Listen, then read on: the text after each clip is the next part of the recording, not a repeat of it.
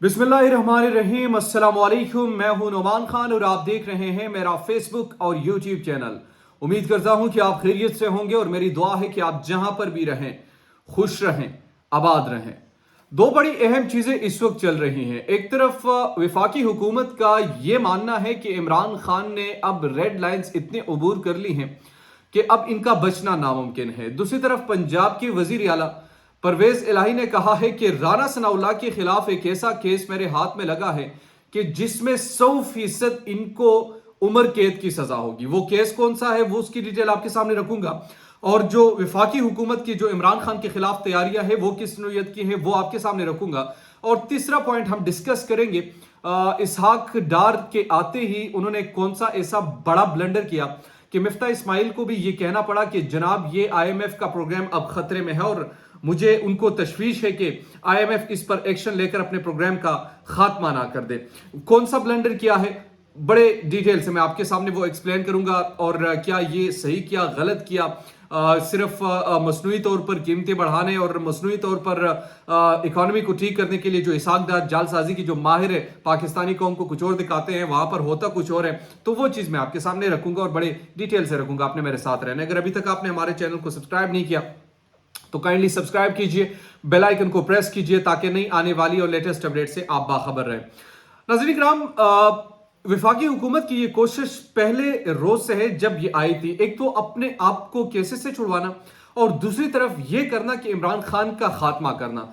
अब पीडीएम की पूरी कोशिश इस वक्त ये है और सिर्फ इसी कोशिश में वो लगी हुई है कि किसी तरीके से इमरान खान को हम इस सियासी पिच से निकाल दे, इस गेम से निकाल दे, ताकि हमारे लिए पिच आसान हो। एक दूसरे के साथ खेलते रहेंगे, एक दूसरे के साथ उनके मफादात का जो टकराव है वो नहीं होता। बेशक कोई भी इक्तदार में हो, इनके मफादात जो है वो एक होते हैं और अपने मफादात के तहफ़्फ़ुज़ के हवाले से वो परेशान नहीं होते। अब इमरान खान चूंकि इनसे नजरिया उनका मुख्तलिफ है, उनके साथ वो बैठता नहीं है। वो ये तसव्वुर करता है कि ये लोग चोर है, डाकू है, मुल्क पर डाका डाला है, चोरी की है, तो लिहाजा उनके साथ उस किस्म के रिलेशनशिप भी इनके नहीं है।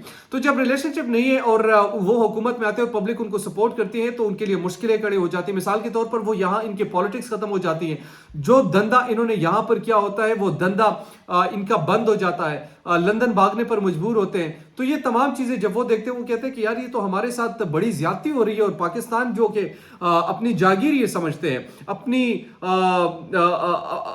यानी जिस तरह एक मालिक नहीं होता कि ये तो बस मेरी ही जगह है, यहाँ पर तो हमेशा के लिए मैं हुक्मरान रहूंगा, मेरे बच्चे रहेंगे, मेरे दूसरे चौथे पांचवें नस्ल तक लोग जाएंगे और वो यहाँ पर हुक्मरानी करते रहेंगे। लेकिन अब ऐसा नहीं है। तीसरी कुव्वत का होना क्यों जरूरी है, पहले इस चीज को समझे। पहले क्या चीज होता था, पाकिस्तान मुस्लिम लीग नून, पाकिस्तान पीपल्स पार्टी, एक वारी त्वाड़ी दूसरी वाड़ी साड़ी, ये काम हुआ करता था। यानी पहले तुम लो फिर बाद में मुझे दो, या बाद में मुझे दो पहले तुम लो।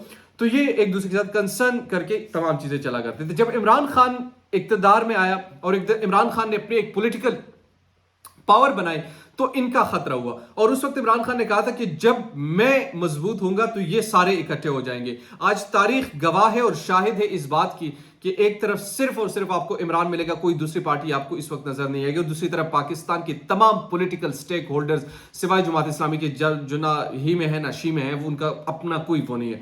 लेकिन दीगर जितने भी है, मिसाल के तौर पर एएनपी, मौलाना फजल रहमान, साथ में जमीयत उलमा इस्लाम और इसके साथ जो पाकिस्तान पीपल्स पार्टी, पाकिस्तान मुस्लिम लीग नून, ये तो दो बड़ी पार्टियां होंगी, दो छोटे हो गए। साथ में बीएनपी, मैंगल और फला, ये सारे एक साथ पर है। दूसरी तरफ एक अकेला इमरान खान है और वो फाइट कर रहे हैं, वो लड़ रहा है। वो कहता है कि नहीं, मैं किसी तौर पर भी आप लोग के साथ बैठने को तैयार नहीं हूं। हाँ, बैठेंगे, मुल्क की इंटरेस्ट के इशू पर होंगे, लेकिन अगर आप ये मुझे कहे कि आपकी करप्शन को माफ किया जाए, आपने जो चोरी चकारी की है उसको माफ किया जाए, तो ये ऐसा होगा नहीं, ऐसा हम करने नहीं देंगे, ऐसा हम होने नहीं देंगे। तो इस बात पर उनका ये इख्तिलाफ बढ़ता है और वो इख्तिलाफ आगे बढ़ता है।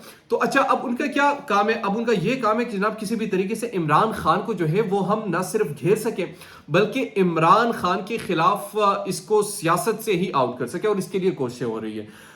इस पर परवेज इलाही साहब ने रद्द-ए-अमल दिया कि इमरान खान के खिलाफ चाहे ये जो कुछ भी करे, इमरान खान को होगा कुछ नहीं, नुकसान उल्टा उनके गले पड़ेगी और इनके गले पड़ेगी। और ये दुरुस्त भी है, क्योंकि अब तक जितने भी इकदाम हुए हैं, मजहर अब्बास ने कल बड़ा एक जबरदस्त जुमला कहा कि आडियो लीक्स पर ये हुकूमत डंडी मार रही है, और खासकर मरियम जो डंडी मार रही है ये इनके सर आकर बैठेगा। एक चीज तो वाज़े तौर पर साबित हो गई कि जनाब ये चीज तो कंफर्म थी कि हाँ साइफर आया था। अब मरियम नवाज ने, वाकई इमरान खान ने भी कहा कि जब भी हम मुश्किल में आते हैं तो मरीम नवाज हमारी हेल्प कर देती है, उन्हें शुक्रिया भी अदा कर मरीम नवाज साहिबा की। तो खैर अभी साइफर की गुफ्तगू भी पहले मान नहीं रहे थे, फिर मान गए, फिर जब मान गए उन्होंने कहा कि अब गायब है, तो एक अजीब सी कैफियत है इनकी भी कि उनसे बयानिया बन नहीं पा रहा। अच्छा, परवेज इलाही साहब ने यह कहा है कि राना सनाउल्लाह साहब के खिलाफ मुझे एक केस मिल चुका है जिसमें उनको उम्र कैद की सजा होगी। अब उम्र कैद की सजा किस तरह होगी? उन्होंने कहा कि मॉडल टाउन का वाहिद केस है जिसमें बराह रास्त राना सनाउल्लाह की इन्वॉल्वमेंट है और इस पर हम तहकीकात अब इनिशिएट करेंगे और जैसे ही हमें फील होगा कि वो इमरान खान के खिलाफ घेरा तंग करे, यहाँ पर इनके खिलाफ मजबूत घेरा तंग किया जाएगा। और मॉडल टाउन के जो लोगों के साथ जो बेइंसाफियां हुई, जिनको यानी जुदकोब का निशाना बनाया, जिन पर गोलियां बरसाई गई सरियाम मीडिया के सामने सब कुछ देगा, तो उन लोगों के खिलाफ एक्शन भी लेना है और उस केस में राना सनाउल्लाह की इन्वॉल्वमेंट की वजह से वो हमेशा के लिए सलाखों के पीछे जा सकते हैं।